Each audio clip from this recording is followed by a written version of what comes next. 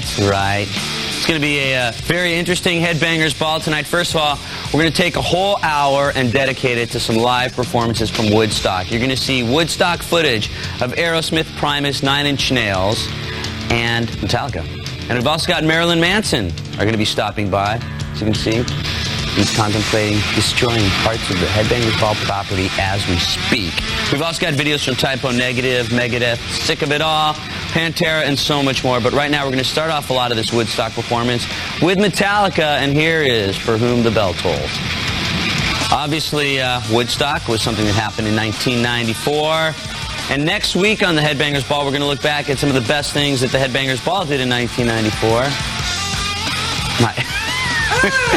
One of the great things at Woodstock was Aerosmith's performance. They went on I think 1:30 in the morning. And we're going to see a video from Aerosmith at Woodstock that you have never seen before in your entire lives. I have a feeling you will see lots of things tonight that you've never seen before in your entire lives when the Headbangers Ball continues.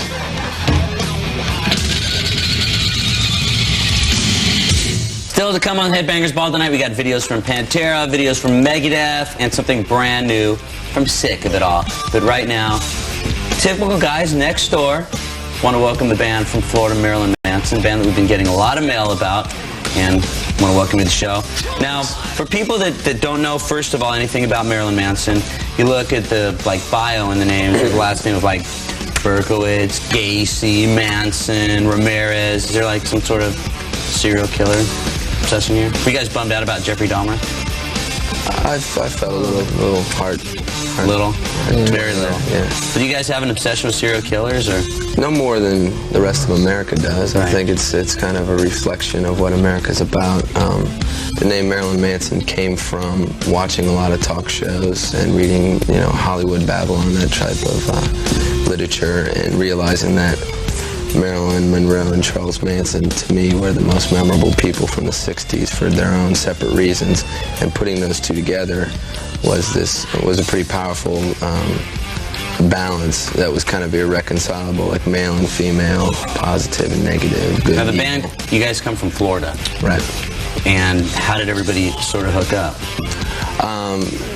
Our guitarist, Daisy Berkowitz, and I met and started writing songs together. We weren't sure where it was going to go from there, and we liked it so much that we decided to turn it into a real band and kind of found everybody. Now, what kind of scene were you playing for? I mean, every type of music, when you start off, you go after a certain scene, whether it be a metal or a punk or a goth or whatever. I mean, was there a certain thing that you were looking for? You just kind of went and pissed whoever off? And it was, I guess it had its roots in metal and punk and industrial. It started out, sort of industrial and sort of branched off into what it's now, which is kind of hard rock, and with all those other aspects added to it. We're going to come back and talk to Marilyn Manson, meet all the other guys in the band. So stay tuned. More Headbangers Ball.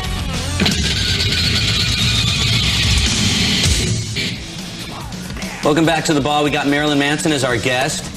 And we were talking a little bit earlier, and there's a lot of states that don't necessarily welcome Marilyn Manson with open arms. Yeah, we had some trouble in Salt Lake City. I guess you guys heard about it here at MTV. They saw our show in Las Vegas, and they hated our merchandise and our stage show and everything, including lyrics and just the way we look. What are the things that you guys do other than the visuals? I think you can't get really banned for the way you guys look. No, I just think maybe you can in Salt Lake. I don't know. It's just the strong message that we're putting out, which is to promote free thinking and individuality and the right to do what you want to do. But free thinking, I mean, there's got to be something more. There must have been a message that made everybody so pissed off. I'll get to the point. What did you do? What'd you do? Scabs, guns and stuff. Guns and scabs? Scabs, guns, and peanut butter. Oh, but all the kids are doing that stuff today. No, they thought we were obscene just by what we're doing. Which would be? Lyrics, the way I move on stage, taking off my clothes, sodomy, oral sex, things like that. Normal stuff. Well, we're going to play a video right now from Marilyn Manson. The video we're going to play is Lunchbox. Is there anything you'd like to say about that? I see that a couple of you guys have got the lunchboxes. Just a present for you. Lunchboxes are the big collectibles, Who's this kid? Someone we picked up on the road. I think we're starting to like. First, it was the lyrics, and who's this kid? Oh, somebody we've got in the back of our We did this video with Richard Kern. He's from New York City. He's pretty well known for some of his underground pornography, and we respected him for that, so we got him to do this video. And this is more one of the tamer things that he's done, and that you've done, and that we've done. Yeah. So here's Lunchbox. Judge for yourself, Marilyn Manson.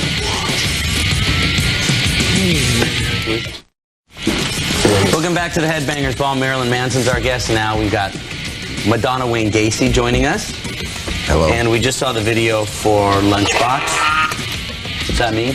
Yeah. There's a little guess going on there or something. So tell me about the video for Lunchbox. We shot that in a skating rink. Where? In Fort Lauderdale. What happens when you guys like come to town? Do people like all of a sudden get like, I mean...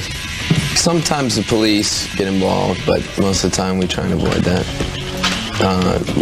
In Jacksonville, Florida. Like, for instance, the little kid that you had in the video. Right. His parents are big fans of our band. Oh, really? Yeah. So that made it easy. He sang on our record, too. The little kid did? Yeah.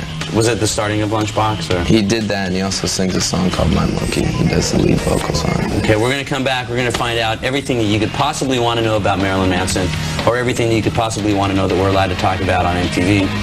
And we're also going to meet the other guys in the band. Right now we're going to play a video from Pantera. Here's why. Here's Ball. Marilyn Manson is our guest. And remember, parents rather, remember that when they're not on the road, they're always available for babysitting. And we know that you also produced by Trent Reznor, who kind of, I guess you could say discovered you guys, right? Yeah, he's been taking care of us from the beginning. I met him around the same time the band was starting, about 5 years ago. And he's always been a fan of our music, and when he started his own label, he asked us to be on it. You're the first band that was ever on his label? Yeah, and he provided us with an atmosphere where we could do what we wanted, and we didn't have to worry about censoring ourselves, and we like that. Because he, I mean, as far as helping a band out, he really helped you out. He not only produced you and put you on his first label, as the first band ever to be on his label, but is also taking you out on the road, and this is getting you like a whole lot of exposure. Right, great exposure. This tour opening up for 9 Inch Nails. Yeah. And how much longer does this tour go for?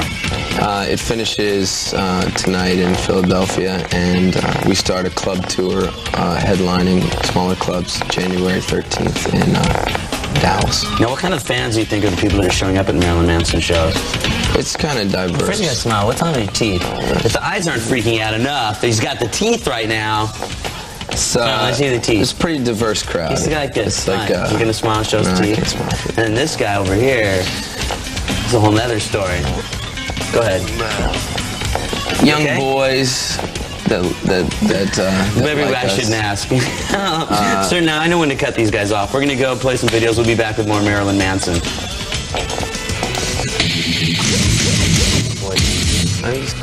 Back on the Headbangers Ball, we've got Marilyn Manson. Now that we've got the whole band there, why don't you introduce everybody? Daisy Berkowitz and Sarah Lee Lucas. Guitar and drums, Twiggy Ramirez and Madonna Wayne Gacy. Normal band next door. Now, I'm just curious, when Marilyn Manson goes out on the road, what were some of the things that you guys put on a rider? Put on a rider? On a rider. Live chickens. I'm just curious. You know, I just wouldn't expect it would be the live chickens. So it is the normal stuff that bands are. Stuff. Yeah, nothing out of the ordinary. And so after the 9 Inch Nails thing, clubs all across America, have you played anywhere else yet? I mean, like out of America, have you done the whole European tour? No, we haven't done that yet. Okay, well, and also recorded some of your stuff. Not only did you do some of the stuff at home, but you recorded it where Trent lives, which is also, if people don't know. We did some of it at the Tate Mansion and most of it at the record. Is that like kind of weird? I mean, you guys are probably into that stuff. It wasn't. It's driving me crazy. It wasn't really. It was pretty calm place. Because for people that don't know, that's where Charles Manson had the Tate Bianchi murders were in that house. And you recorded your stuff there. Right. No kind of weird vibes or... I think it helped add some perspective to the record because we were dealing with a lot of intense subject things. So I thought that it added to the type of vibe that we were going for, which was tend to be on the darker side. You all right? You need your medicine? You're out there. We're going to be back with more Headbangers Ball. Stay tuned.